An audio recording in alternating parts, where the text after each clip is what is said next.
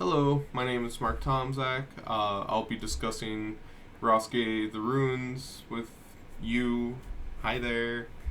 Uh, I'll be going over my general thoughts on it and going over some of the questions that we were given.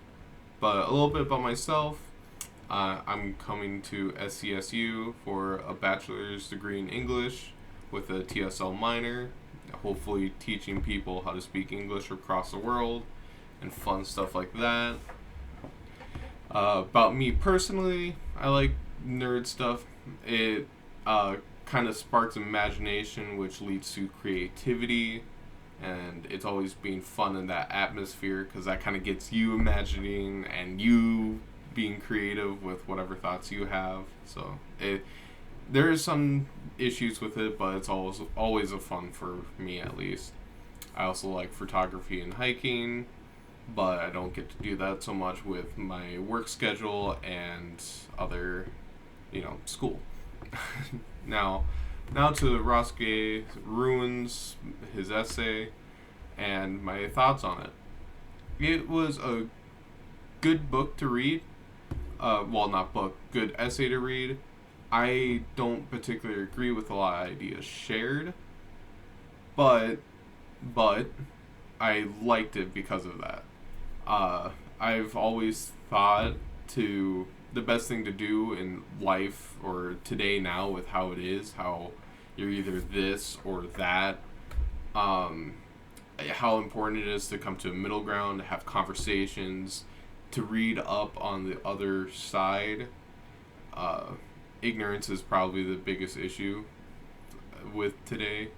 And so, though I don't agree with this, I do like reading about it and learning more to see how the other side thinks. But I do agree with some things. He had a bit of anti-corporation in there.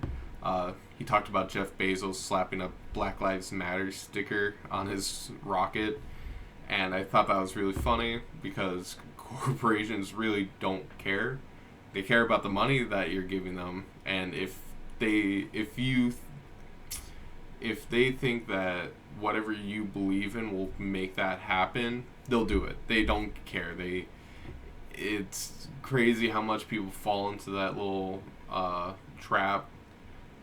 But yeah, I definitely agree with that, more or less. But now on to the questions. I'm curious if your experience has been more about completing evaluation and competence rather than the real learning that Gay describes. I would say yes to that. I don't think it's a bad thing. A lot of the time during my high school years of learning, I was a diesel engineer with, well, I wasn't, my dad was, and I was helping him out on the jobs. And it kind of mattered to do a good job. You have to evaluate how bad the situation is and hopefully do a competent job. And not really on the competition part. In school wise, I did not care what my other students had, or yeah, my fellow students, classmates had. If they had an A, that's cool. If they had an F, ha, I'm better. That sounds rude, but I came from a class of 30. So we were probably more friends than anything else. At the very least, friends. And so it was kind of a healthy area. Yeah, you make fun of someone, but then the person that had a better grade than you can make fun of you. And that seems, the more I'm talking about it, seems a bit more toxic, but it was kind of fun to be in that.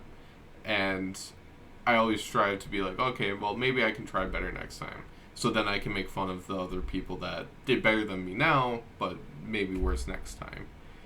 I guess that is a valued, I guess that is experience with competition and evaluation, competence, uh, than real learning that was described. But frankly, I don't think it was a terrible thing. It helps to make bonds with people, and Yeah, that's my thoughts on that question. Question two: what do you think of his analysis of what the university is training you to be, and what he proposes is should train us in?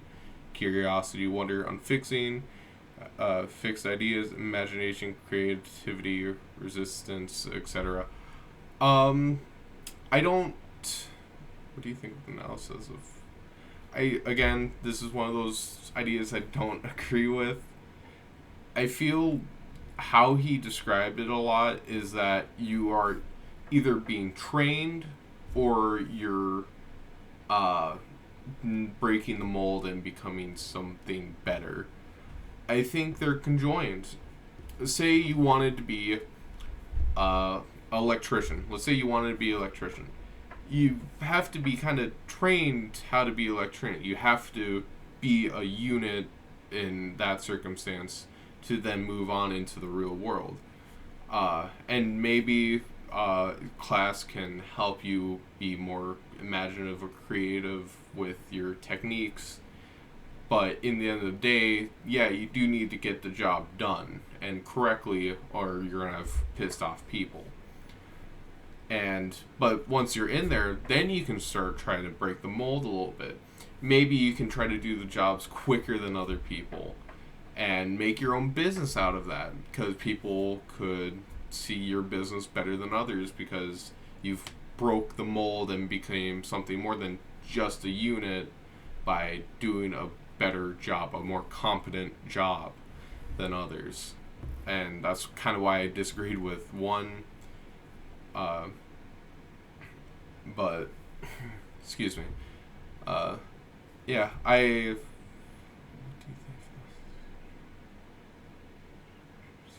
also will say though I don't disagree that the other his things that we should be trained in, what are curiosity, all that. That is good things to learn, but at the same time, humans are almost just naturally curious. If there's we learned how to fly, and then we went to space. We learned how birds flew up in the air, and you're like, we know what? We can do that too, and we'll do it better. And then once we learn that, we're like, space. That blankness with a bunch of lights in it. I'm going there. uh, and I'll say the people that probably learned rocket science had to learn a few other things first and be a unit before breaking the mold and going to the moon. Uh, Question three: would you make the link between the over-evaluation of students and the ways in which many students are largely checked out and going through the motion of schooling rather than actually educating themselves? If so, if not, not. If not, how not? I do agree with this one actually, to a degree. I I remember a lot of my classmates, most of my friends actually, that they really didn't care what was going on in class. And for a good chunk of it, I didn't either. Math, I hated math, so I wrote down notes so I can check it over later. But other than that, I was not fully in. I didn't want to learn it, so thus I didn't care to learn it. So, yeah, checked out is a pretty good way to put it.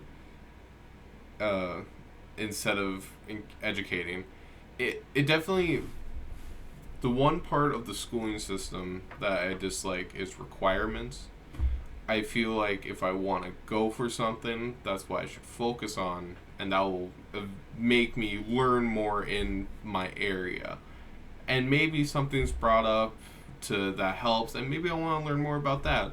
Uh, it's up to the person to learn more, I feel, and to help with that could be, beneficial. But anyhow, yeah, a lot of times checked out because the link between over evaluation of students and the ways in which, yeah, over evaluation, that's the best way to put it, because we have to learn other things for a greater evaluation of how well we are. in other fields, definitely makes people check out.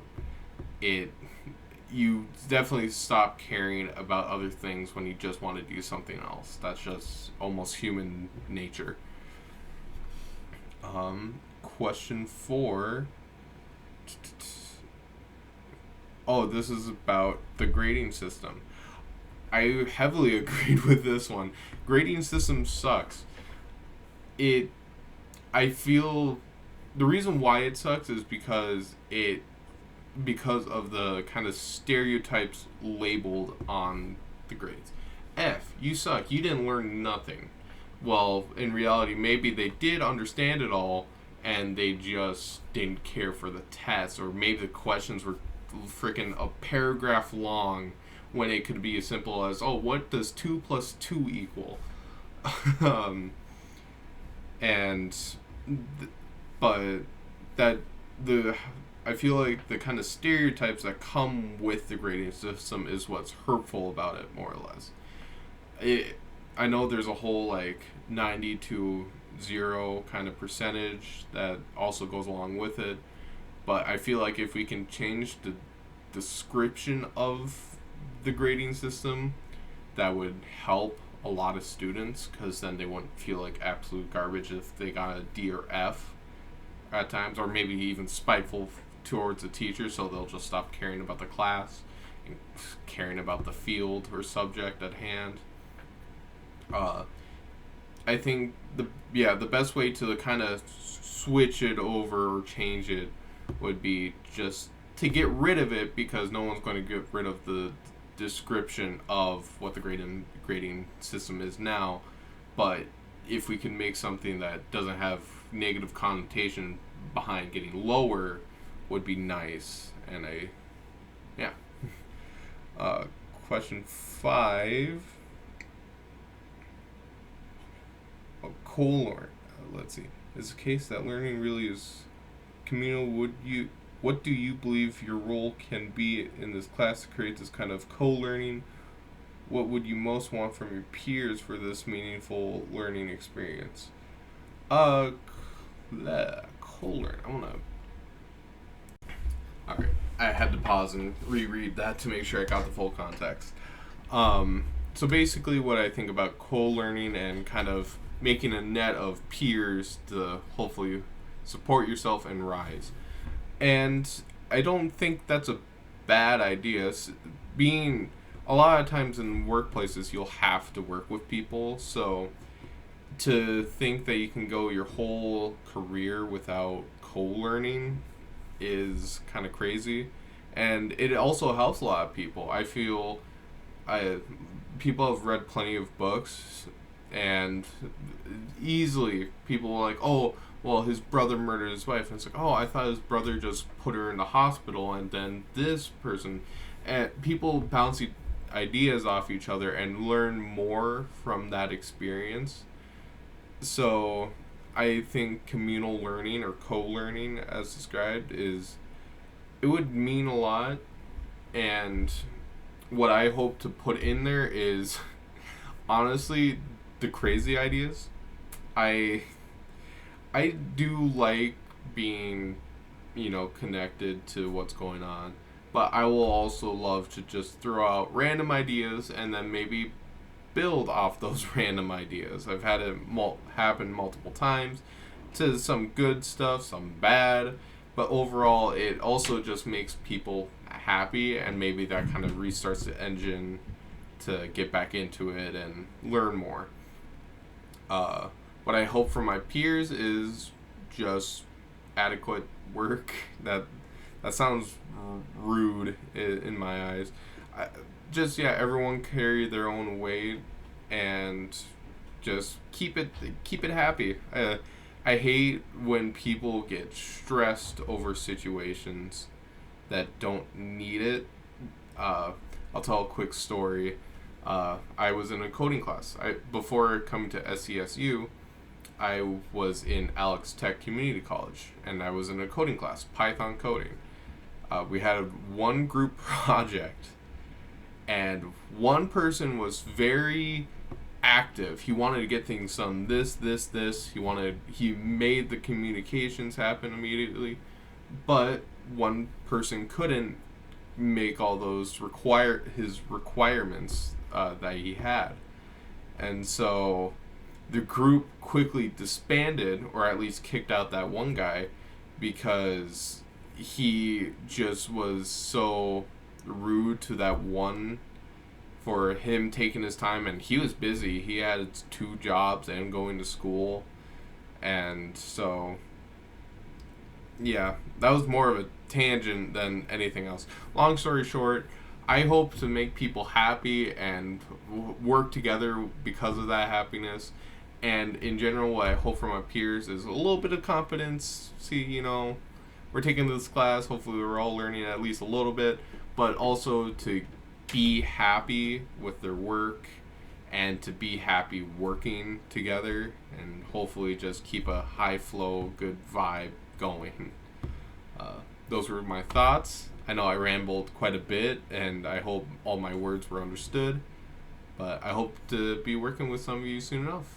Thank you for listening, and bye.